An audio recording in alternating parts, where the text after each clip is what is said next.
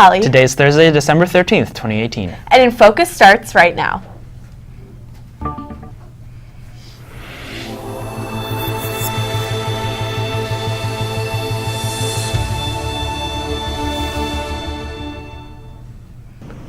The Quad will be hosting a few events in the near future.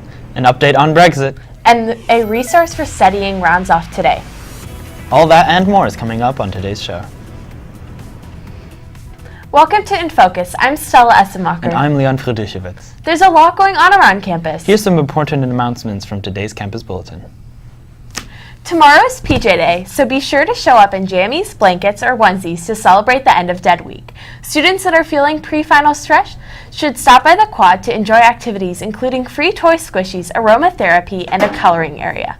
SCO Globe, an ASB-sponsored music festival, will be happening in January. Students and groups who are interested in performing should fill out the form at tinyurl.com/SCOGlobeapp.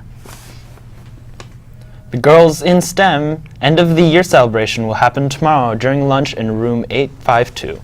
The food will be provided. Head out to the Quad tomorrow during lunch for the Poem in Your Pocket event. Poetry elves will be handing out poems as gifts for the holidays and giving readings. Everyone who takes a poem will be entered into a raffle to win a gift certificate. A portion of the proceeds of boba from the Midtown's Teaspoon today from 4 to 9 p.m. will go towards senior class events.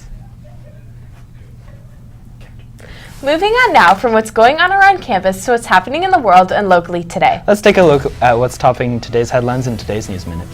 In Europe, the EU Court of Justice has ruled that the United Kingdom can unilaterally pull out of Brexit if it chooses.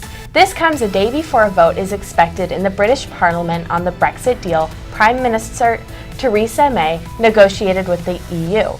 If the deal is rejected, difficulties in the House could lead to forced general elections and a new vote on Brexit.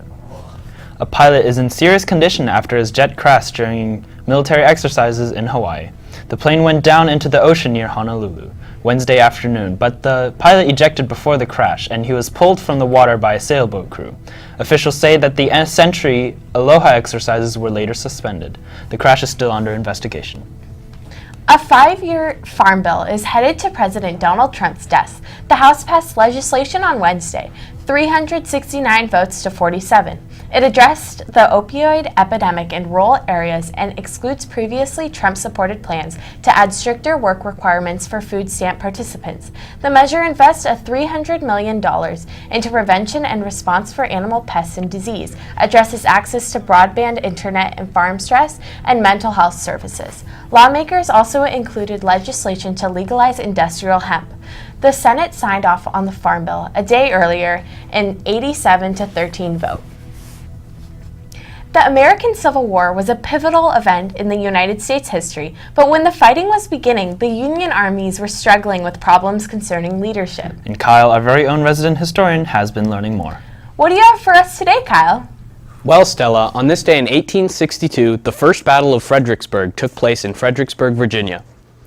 During the beginning of the American Civil War, President Lincoln struggled to find commanders who were up to the task of commanding the Union armies. After the two sides fought to a draw at Antietam, Lincoln believed that his army should pursue the retreating Confederates, but General George McClellan withdrew his forces instead. For this, he was relieved of duty and replaced by General Ambrose Burnside. With the goal of capturing Richmond, Burnside moved the Army of the Potomac into northern Virginia. Delayed by bureaucratic inefficiency, the Union Army eventually built pontoon bridges over the Rappahannock River to break the Confederate Army of Northern Virginia, which was residing in the city of Fredericksburg.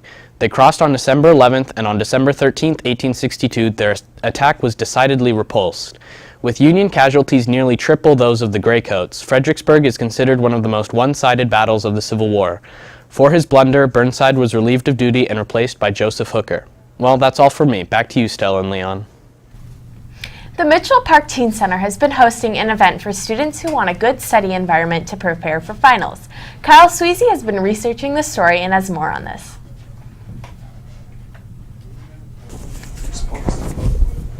Sports. Now let's switch gears from history to sports. Jason is in the studio now with the latest in Pally Sports news.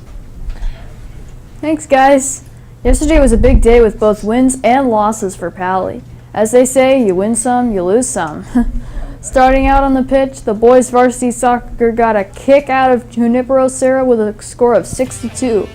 Boys JV basketball took an L against Santa Teresa with a score of 36 points to 46 points.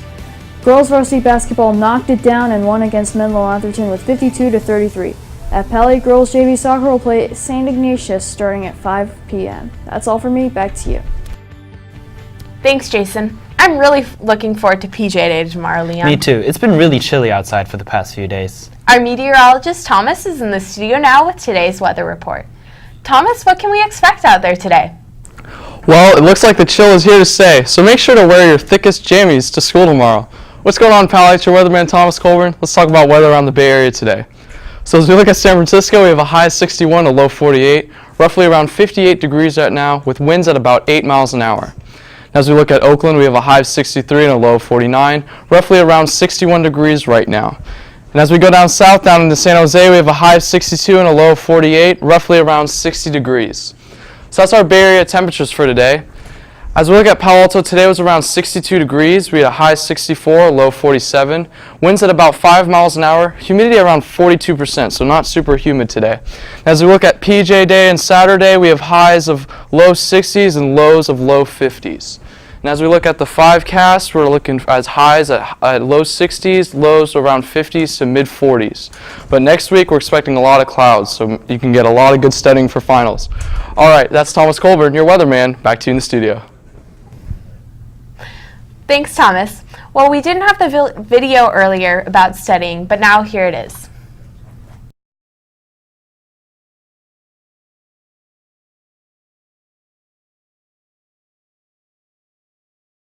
What is the purpose of this event? Alright, so the event this time we're having is targeted to essentially like finals, because we know that that's kind of a stressful time, and we also wanted to encourage students to study before the weekend before finals, so we thought we would design this event and kind of just have a lot of like tutors around, so essentially they can just ask questions, study with friends, and like kind of ease into the final studying. Carissa is a volunteer tutor here at the Slam Cram event. I'm here today because I'm part of an organization that really believes in the benefit of mentorship, as we've all been really benefited from our own mentors in our lives. And so we want to be here, we want to be a useful resource to youth in the Bay Area. We want to get to know them, we want to hear their issues and help them in their academics, in their career, in their values, characters, and whatever issues that they might encounter in their lives, and we're happy to be here.